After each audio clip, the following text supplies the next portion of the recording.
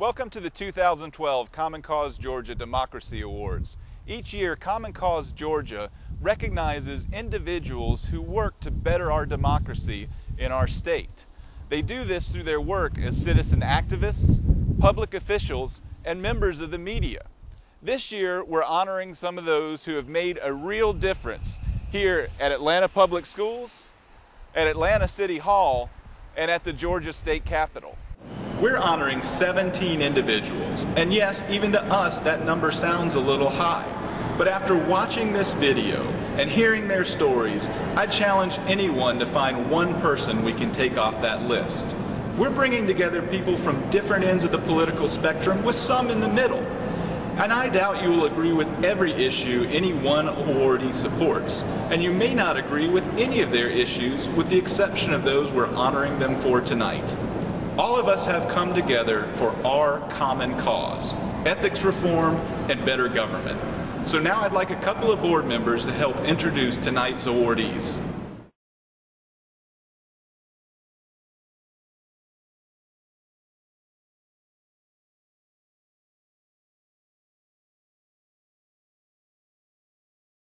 I cannot think of anyone more deserving of the Democracy Award than the person who, more than anyone else, was responsible for the whole award program existing. We had both been on the board together, and we both shared the view that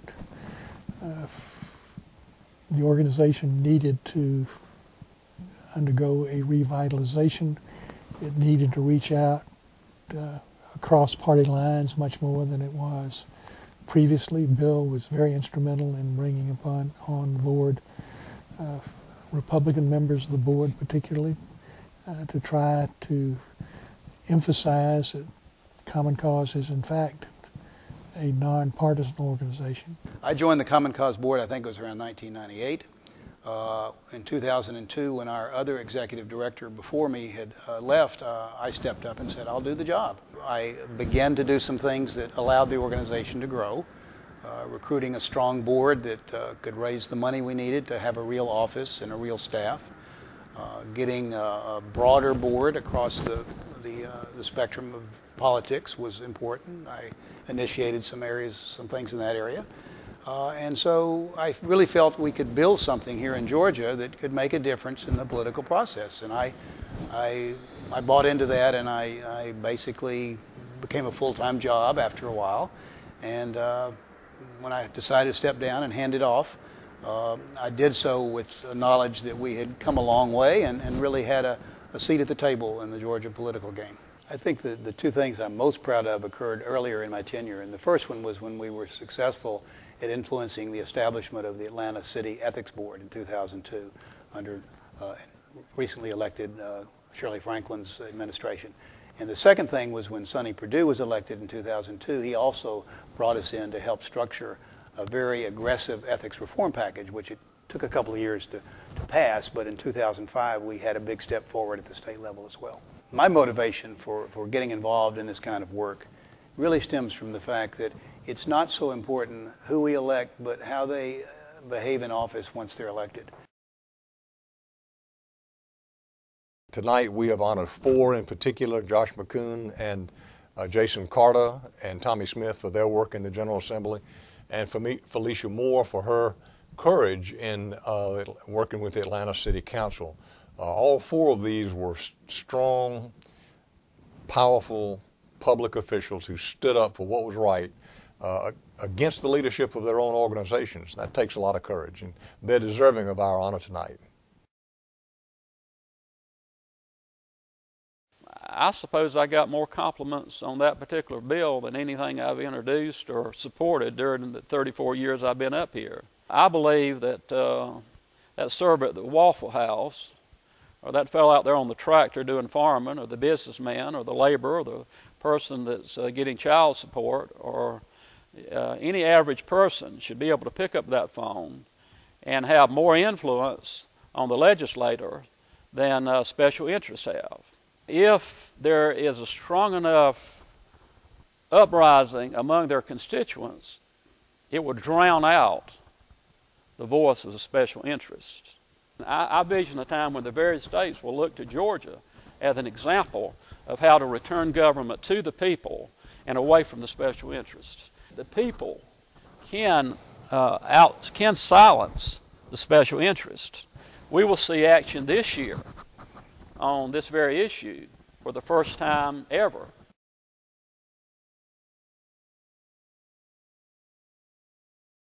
Fundamentally, if we don't get this issue right, we can't move forward on the other challenges that face the state. And so, regardless of, whether it costs me politically or not in the short term, this is the right thing to do. It is the right thing to do for the people of the state. It's frankly the right thing to do for the functioning of our state government. And again, regardless of your political party, regardless of where you come at these other issues, until we have meaningful ethics reform and everybody feels like we're having a fair debate on the merits of public policy, nothing that we do is really going to be able to move forward. And I think we saw that with the T-Splost initiative this year. Well, I think now, for the 2013 session on ethics reform, we are poised to finally have that formal discussion that we haven't had.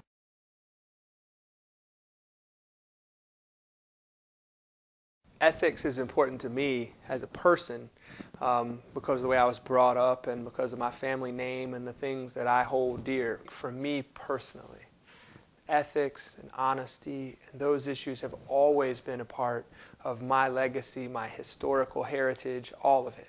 And the people that I work with today, I mean, I share a wall and sit right next to Emmett Bondurant. And you can't do that and have those people who've impacted me impact you and not feel like you have to take a stand on ethics. I chose not to take any meals from lobbyists was really the first way that I expressed it to myself and to my constituents, because I just felt like the stereotype of people being wined and dined was one that I thought was unattractive. And again, for me, it's about the public trust and making sure, that the public has faith in what it is that I'm doing and what it is that we're all doing. The best thing about the ethics debate that has gone on over the last 2 years has been the broad political spectrum of people who've been involved. I mean, I stood up with Josh McKoon, who's a friend of mine, who's a Republican, along with the Tea Party. And when you have the Tea Party and people like me and others from across the political spectrum getting together on an issue, that's how you make it catch fire. And that's also how you know that it's the right thing to do.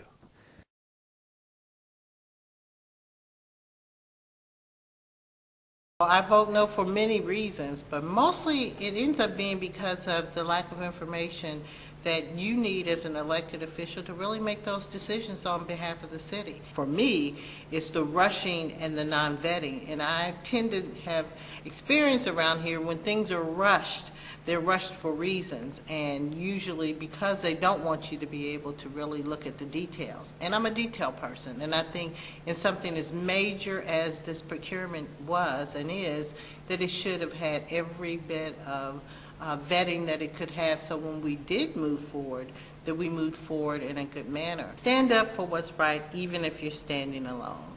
I heard that on television. I don't know whose quote it is, and I loved it, and I put it on the bottom of my email so that people kind of understand where I'm coming from. But it also encourages me every time that I see it and reminds me that here at City Hall, a lot of times I am standing alone, but as long as I'm standing up for what's right, I'm doing the right thing. So it's a good encouragement and reminder to myself.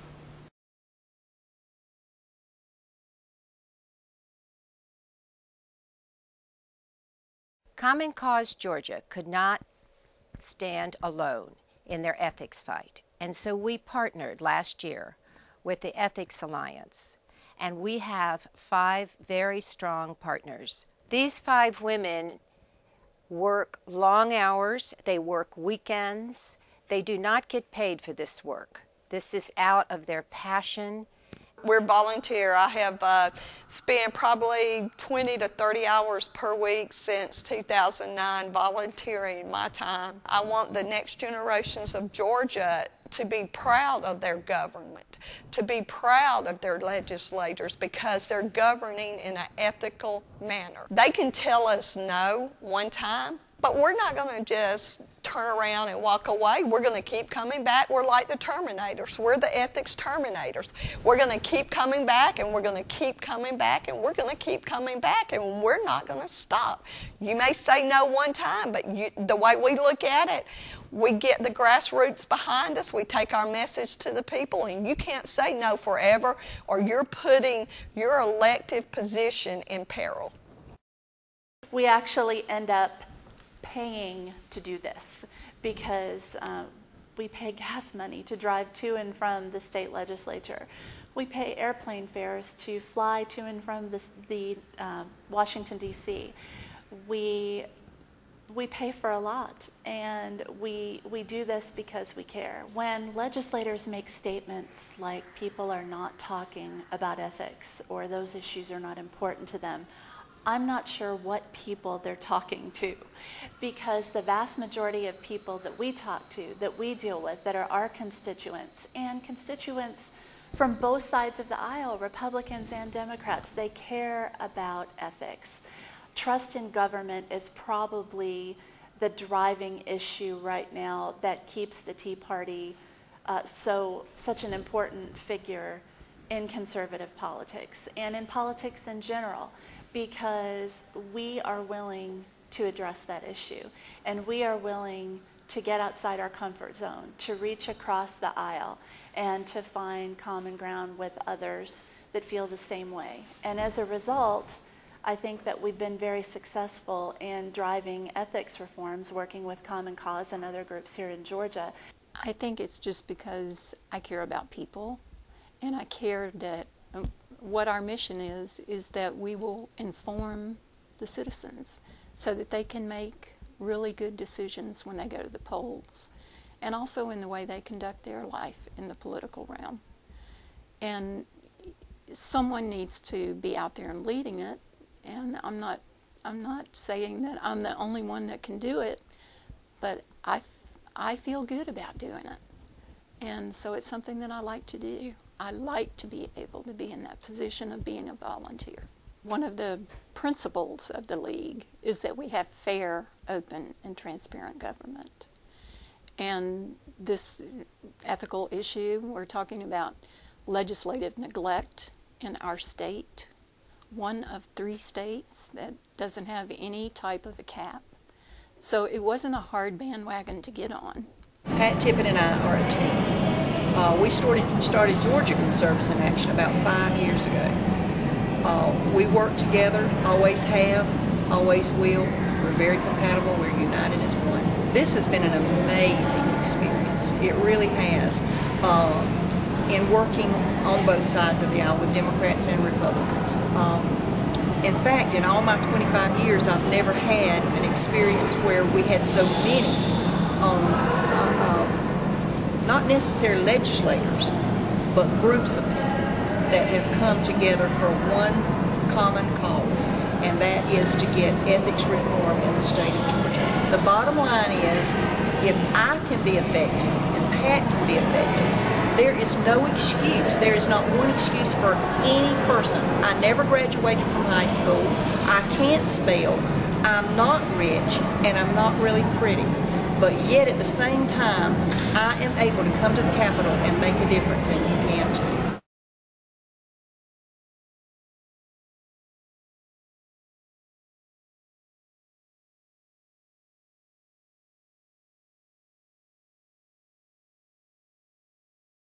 We undertook ethics as a project because for a couple of reasons. One is it's a fundamental basic issue. If you don't get the ethics right, if people are buying influence, et cetera, then the debate doesn't come out right. Right now, I think we're probably at halftime. We've had a couple of good quarters, so to speak, and these awards are nice. It's good recognition, but the battle is not won. The game is not won. We're not there. It's going to be very interesting in the next legislative session. I think it's important that the public continue to pay attention, continue to write letters, continue to write emails, continue to phone their legislators, and to keep the pressure on. We're committed as a newspaper to do that. Kyle and I are committed as columnists to do that. We have a lot of differences ideologically. We have no differences whatsoever on this issue, which is great. It ought to happen, and it should happen. The reputation of the press is certainly not that it's an overwhelmingly conservative bunch, and so I'm a little bit of an anomaly in that. And having such a strongly Republican majority in this state, you know, I don't want to just cheer on whatever it is they're doing. I want to, you know, be a voice that helps to push them when they need to be pushed. I grew up in this state, and I remember hearing Republicans in this state talk about this issue of lobbying and ethics reform, and I remember reading my predecessor, you know, Jim Wooten, talk about that when the Republicans were in the minority, and hearing a lot of people, the Bob Irvins of this state, talk about it. And there are a number of people that I know who were a key part of the Republicans taking power in this state, who are now very disappointed with the way that the Republican Party has performed on this issue in particular. If we have to do it piece by piece, a lot of them are in the legislature for a long time, and a lot of us are going to be where we are for a long time too. So we'll just keep pushing until they get everything done they need to do.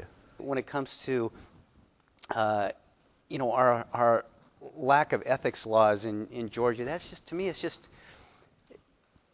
sleazy and it's embarrassing.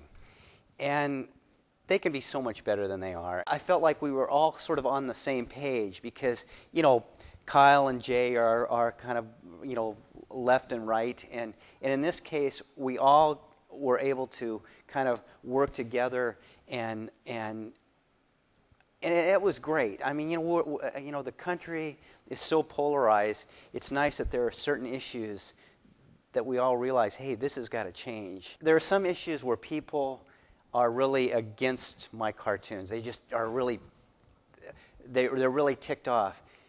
But when I do cartoons on our lack of ethics laws here in Georgia, people are just, they're all on my side. I mean, there's no one that's standing up for the crooked legislators out there. Humor is a great weapon. I say in my my bio that twice recently the Georgia Press Association has named my columns most humorous, and the politicians have asked for a recount because they don't think I'm that funny.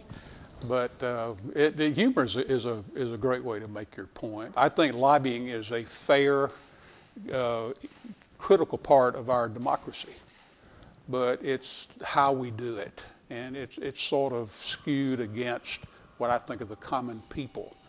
And one of the things the column does that I'm very proud of is I feel like from my mail that I represent people who don't think they have that ability to get their voice heard. When the Democrats were in power, I was vilified by the Democrats for being a redneck conservative, whatever. The Republicans are in power now, and now they're calling me a liberal, and which I just think is delicious. And I consider it a great compliment when I'm too conservative for the Democrats and too liberal for the Republicans. I must be just about where I need to be, and I'm proud to be there.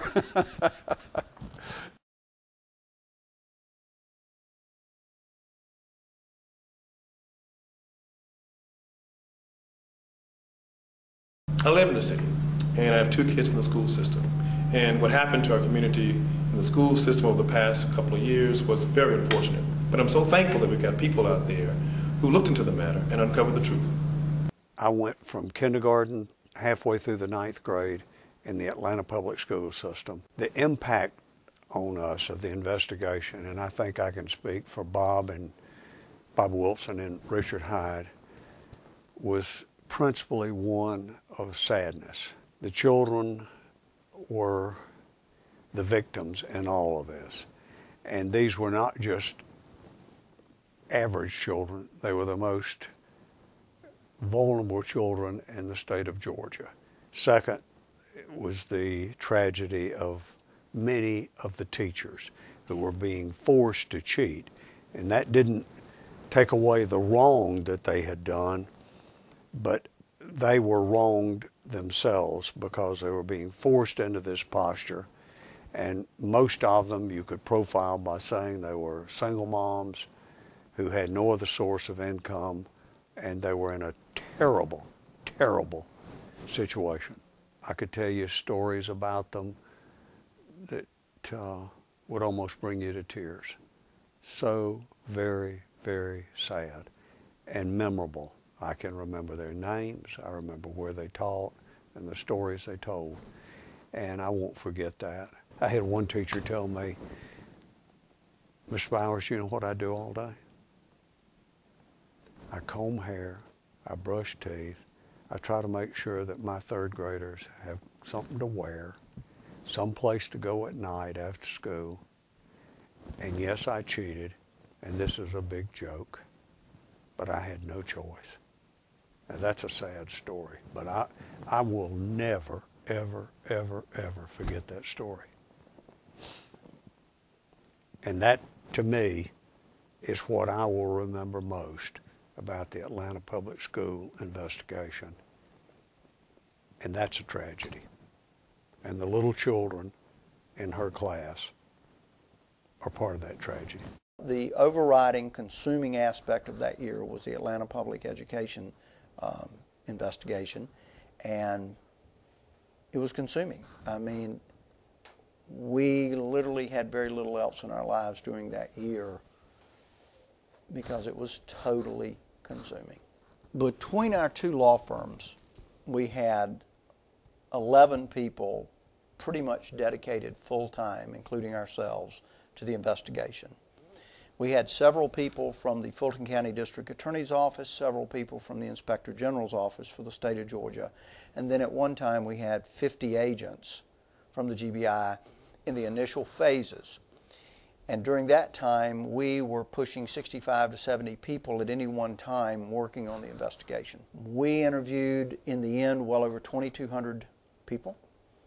There were more interviews than that done because some people were interviewed multiple times. We reviewed in excess of 800,000 documents. It mattered with Beverly Hall as the superintendent of the school system. She allowed how they appeared to others to outweigh the truth and the needs of the children. It's sad to say, but it is absolutely true, and it's wrong. That's not leadership. That's where you become more important than what you're doing. It was sad. I mean, Mike and I are crusty old guys. We've been around a long time. Richard is too. And when you hear some of those stories, you couldn't help but be affected by it.